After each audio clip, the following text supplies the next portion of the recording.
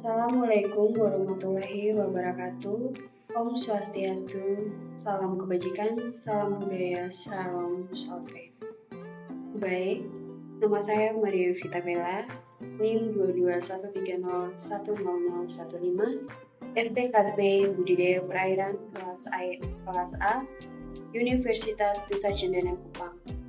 Baik, tujuan dalam pembuatan video ini untuk melengkapi ujian tengah semester mata kuliah Bahasa Indonesia. Materi yang pertama yang saya bawakan yaitu mengimplementasikan tanda baca. Di sini ada tanda titik, garis miring, titik 2, kurung siku, apostrof, dan elips. Tanda titik digunakan pada akhir kalimat yang bukan pertanyaan atau seruan. Contoh, ibuku tinggal di Maumere. Yang kedua, garis miring. Garis miring dipakai dalam nomor surat dan nomor pada alamat dan penandaan masa 1 tahun yang terbagi dalam 2 tahun takvim. Contoh, nomor 7, garis miring PK, garis miring 1973, Jalan Keramat. Yang berikut, titik 2. Titik 2 dipakai pada akhir suatu pertanyaan lengkap jika diikuti rangkaian atau pemeriaan. Contoh, kita sekarang memerlukan perabotan rumah tangga.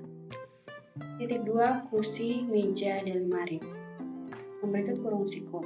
Kurung siku mengapit huruf, kata atau kelompok kata sebagai koreksi atau tambahan pada kalimat atau bagian kalimat yang ditulis orang lain. Contoh, sang sapurba, men, dalam kurung siku ada huruf D, engar, bunyi gerimis. Yang berikut, tanda apostrof. Tanda apostrof menunjukkan bagian kata atau bagian angka tahun yang dihilangkan. Contoh, kata Rinalah, orang yang menyelamatkanmu. Di manalah di sini yang sebenarnya adalah, maksudnya adalah, namun bagian kata ini dihilangkan, depannya ada, dan hanya dipakailah. Yang berikut, elipsis. Elipsis dipakai dalam kalimat yang terputus-putus. Contoh, kalau begitu, titik-titik 3, ya, marilah kita bergerak. Materi yang berikut yaitu mengimplementasikan penggunaan huruf kapital dan huruf miring.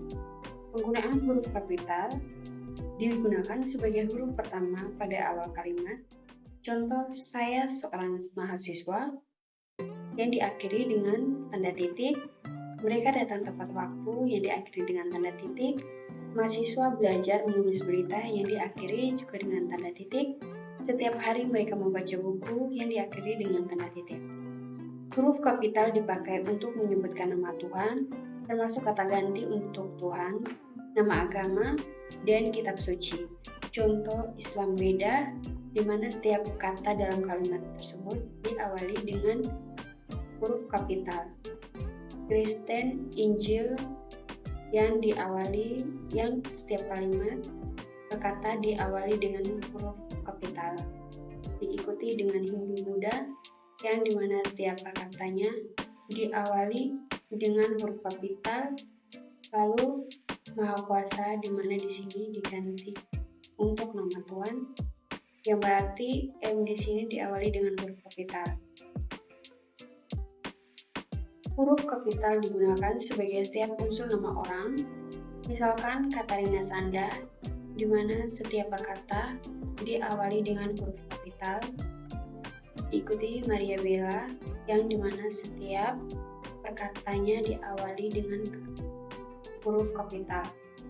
Huruf kapital tidak dipakai sebagai huruf pertama seperti pada D, Van, dan Der dalam nama Belanda, Von dalam nama Jerman, atau Da dalam nama Portugal. Contoh, Maria da Silva, di mana Da di sini, Maria dan Silva diawali dengan huruf kapital, sedangkan Da di sini dipakai sebagai huruf kecil. Ikuti JP Van Damme, Sela Dagama. Huruf kapital digunakan pada huruf pertama nama gelar kehormatan, keturunan, dan keagamaan yang diikuti nama orang. Contoh, Sultan Malik, Imam Hanafi, Nabi Adam, Haji M. Taufan. Lalu huruf kapital tidak digunakan pada huruf pertama nama gelar kehormatan, keturunan, dan keagamaan yang tidak diikuti nama orang. Contoh, ia mendapatkan gelar sultan, Bapak menunaikan ibadah haji tahun kemarin.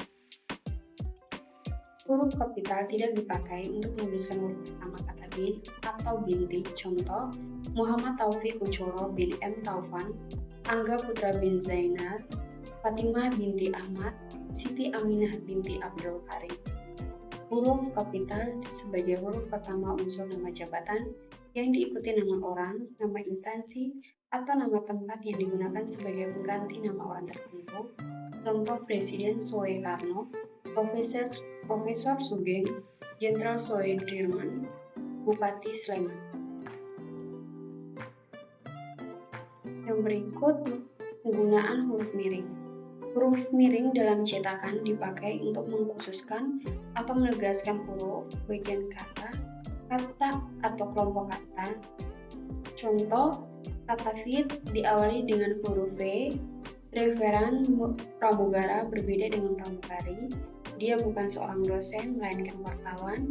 Mahasiswa sedang ujian skripsi. Huruf miring digunakan untuk menuliskan nama, buku, majalah, dan surat kabar yang dikutip dalam tulisan. Contoh, buku yang berjudul Asas-Asas Ilmu Politik baru saja diterbitkan. Referensi tentang sastra banyak dimuat pada majalah Horizon. Setiap hari Bapak membaca koran Kompas. Huruf miring digunakan untuk menuliskan kata atau ungkapan yang bukan bahasa Indonesia, seperti bahasa daerah dan bahasa asing. Contoh, Ferdinand de Saussure mengenalkan istilah parole. Ungkapan CJ kuncit CJ Angget bermakna lain, orang lain mendapat. Istilah simbolik violence dikenalkan oleh Pierre Bourdieu. Ungkapan asing yang telah diserap di dalam bahasa Indonesia tidak ditulis miring. Contoh, bank menawarkan beragam investasi kepada nasabah. Proyek pembangunan jalan alternatif di Pulau Jawa dimulai tahun 2015, registrasi mahasiswa baru dilaksanakan pada bulan Juni. Yang materi terakhir, menganalisis penggunaan kata diksi. Yang pertama, semua dan seluruh. Arti kata semua yaitu setiap anggota terkena atau termasuk dalam hitungan dan menekan pada jumlah banyak.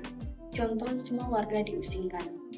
Arti kata seluruh yaitu semua anggota termasuk dalam hitungan, tetapi dalam pengertian kelompokan atau kolektif. Contoh, seluruh bangsa Indonesia menjunjung bahasa persatuan. Adalah, ialah, dan merupakan.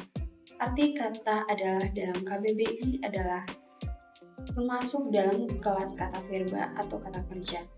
Contoh, batik adalah kebudayaan Indonesia. Arti kata ialah sebagai penghubung di antara dua penggal kalimat yang menegaskan perincian atau penjelasan atas penggal yang pertama itu. Contoh, acara berikutnya ialah pemaparan dan diskusi hasil penelitian. Lalu, arti kata merupakan digunakan untuk mendefinisikan rupa suatu hal.